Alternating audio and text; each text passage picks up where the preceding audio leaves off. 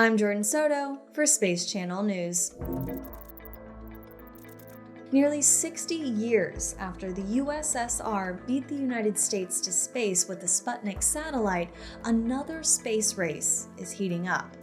A Russian cosmonaut, actress, and film producer have made their way to the International Space Station from Kazakhstan to film segments for the movie Challenge, launching the expansion of commercial space opportunities. Last year, former NASA Administrator Jim Bridenstine tweeted that the agency was looking forward to working with Tom Cruise on a movie filmed in space. But Russia beat them to the launch.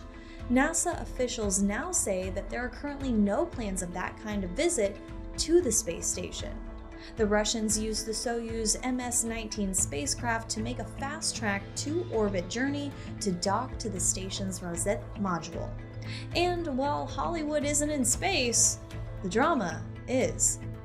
During the docking, Anton Skoplarov, a three-flight veteran, had to manually control the ship during the final approach because the spacecraft's automated rendezvous system was unable to cope with, quote, ratty data. There was also frequent communication dropouts and even a "God be with us" heard on the Russian radio channel. Well, God be with us. The crew eventually and successfully connected to the space station's Russian Rosette module a little more than 3 hours after liftoff. But this isn't the first time the Russians have had a problem docking. Back in late July, NASA officials announced that the ISS was thrown briefly out of control when jet thrusters of a newly arrived Russian research module inadvertently fired a few hours after it was docked to the orbiting outpost. And don't forget, the ISS has problems of its own. Concerns were raised after Bill Shepard told U.S. Congress back in September that there were about a dozen cracks in Russia's 23-year-old Zara module, and that there were, quote, probably other cracks we haven't found yet. The Russian actress and Russian producer will spend 12 days on the space station before returning to Earth in the Soyuz MS-18 spacecraft with Oleg Novinsky, who's been on a 190-day mission. In case you missed the launch, we have it right here on Space Channel. Engine ignition, turbo pumps coming up to flight speed, and liftoff.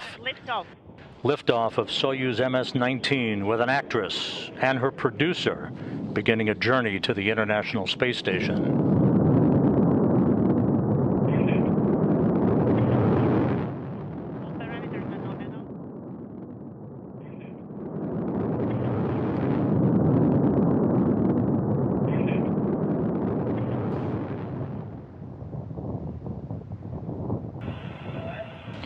First in, Soyuz Commander Anton Skoplarov.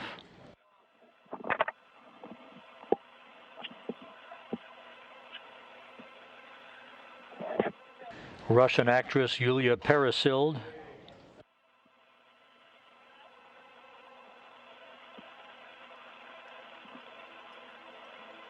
And her producer-director, Klim Shipenko. It'll be interesting to see what the Russian producer and Russian actress will create during their visit to the Russian lab aboard the ISS, and they will return with Oleg Novinsky October 16th on the docked Soyuz MS-18 spacecraft, not the spacecraft that they launched in. Skoplarov will stay behind until next March when he returns with American Mark Vande Hei and Russian Fyodor Dobrov on the Soyuz MS-19 spacecraft, marking the end to their 355-day mission. Vande Hei will make U.S. history as he completes the longest single spaceflight by an American astronaut. Though it's still unclear when the U.S. will film in space, we are sending an actor to orbit. William Shatner, or Captain Kirk as you may know him, will join the Blue Origin crew aboard the New Shepard October 12th. At 90 years old, he'll be the oldest person to have flown in space. We'll continue our coverage of this historic landmark in commercialized space. Watch launches live with Space Channel. Download our Space Channel app on your phone and connected TVs today. I'm Jordan Soto for Space Channel News.